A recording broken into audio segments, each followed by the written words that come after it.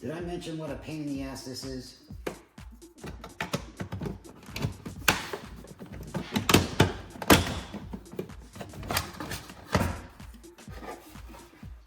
It feels like you're breaking them, but I've had it apart so many times it actually comes apart much easier.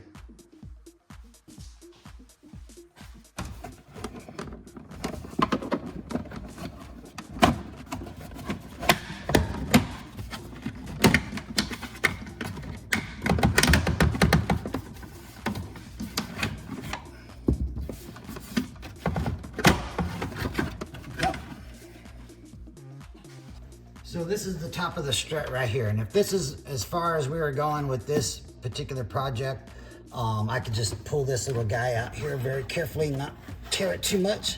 Sound deadening. Oops, shit, I did rip it. Dang it. Just be careful. This whole little piece comes out. And luckily it has a little R on it to denote that, hey, it goes on the right side. So as you can see, I've had it off a couple of times. It's been chewed up. So that, ooh, damn it, it's two pieces. Son of a gun. Ah. Well, that's what you get. Or that's what I get for not following instructions. Take this off first. Damn it. So that's the top, and we're gonna take this piece off. So if you don't want to break anything, remove the center molding, and that exposes the sound deadening in one piece. I made the tactical error on the right side, but trying to do it one-handed, I'm gonna tear this side. So let's get this off in one piece and not tear the left side.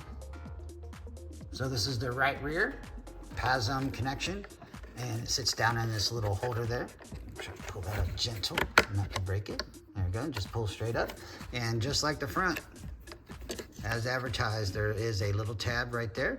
I'll get my screwdriver underneath there, disconnect this guy, and be ready to go.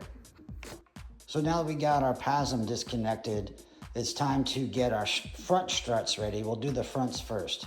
So in looking at the manual, our preload on the spring is 5mm up front, and the spacing here between these two lock rings is going to be 25mm to start with. Now plan on going to get my buddy's scales, and hopefully we'll do a little corner balance. That'll be another discovery learning, because that's non-adjustable on the factory setup. So we have the hardware, we have our upper camber plates. These will come off. They literally just slide right off. Excuse me. Just slide right off, and these will literally go right on top. And then we'll torque them down, and once we torque them down, that'll allow us to make this adjustment on these locking rings here. They're just like two jam nuts. And then we'll preset this to, again, 25mm gap right here, and we'll see about getting them in the car. So let's get it set up. I've installed my upper camber plate there in red. I ran the upper stop, if you will, from the jam nut, or be the lower seat of the spring. If you notice on the discolorization, this is the original line here. I went about 7mm before I could even get the spring to make contact on the seats and sit properly. So what we're gonna do is we're going to turn this lower seat 5 additional millimeters from their top there, and we're at 200mm. So we're gonna run that down to 195 and remeasure. Here we are at 195 on the preload, which is 5mm of preload. And measuring from the bottom jam nut, you can see the old marks. The jam nut, we're at 25mm from the lower jam nut as far as our ride height preset. I'll tell you, with this delta here, from the previous to our new, which is lower, might be at GT4 Club Sport lowering ride height. So with that, I wanted to show you the engineering on the Vorschlag upper camber plates. That is one giant bearing that they have in there. But also, I wanted to denote that these seats right here, the shoulder that's machined in there, this is like zero tolerance stuff. And you can actually, when you assemble this, you can actually get this to not seat properly. So that, if that's not fully seated, you're gonna have a bad day. You need this guy fully seated. Let's see if I can get it down. This is literally that, zero tolerance. I hope I can get it down. Oops, stakes. So see the gap? That thing has to sit perfectly.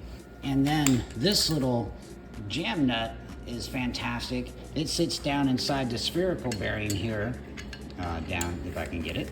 And it's zero tolerance down in that spherical bearing. And what this does is it replaces the Ohlins equipment of this spacer that's worn on the inside. I was very happy.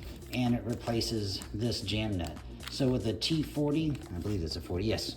A T40, we'll put it here in the top. I don't want to smash. So put it there in the top and then tighten our jam nut on the top to 70 Newton meters. I think that's like 50 foot pounds, excuse me.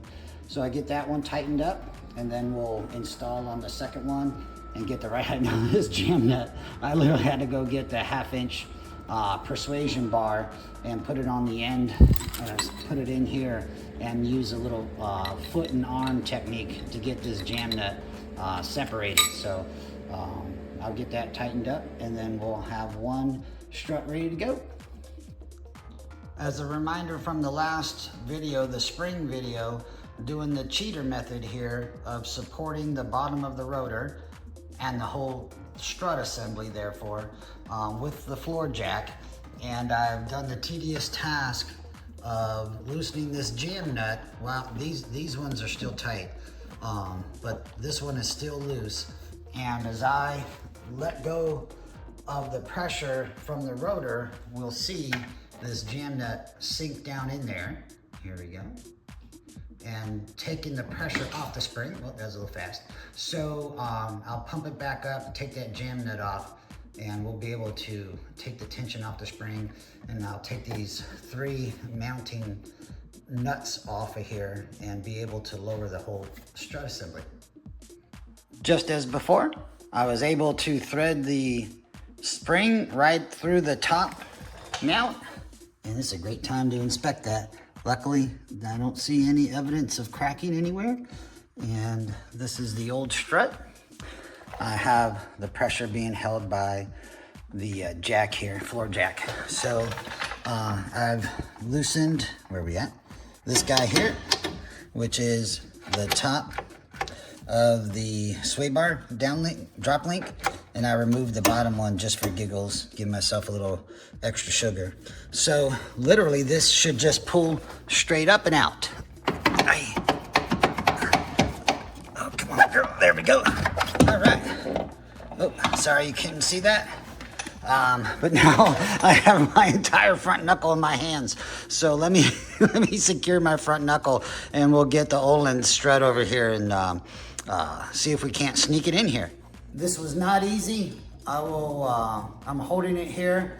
So I was able to lower the brake rotor with caliper installed. Of course you saw pulling the strut out. You're able to push this one down in, get her underneath the fender so carefully. And let me get this back up, support the weight. And that's the part I wanted to show you that actually worked. So that's it, installed. I'm still supporting the weight with my floor jack.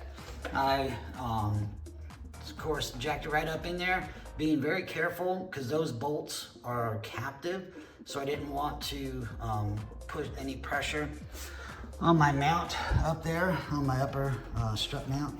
So I got my nuts on here to hold it, and I will run these down. These are nylon thread lockers that came with the Vorschlag upper camber plate.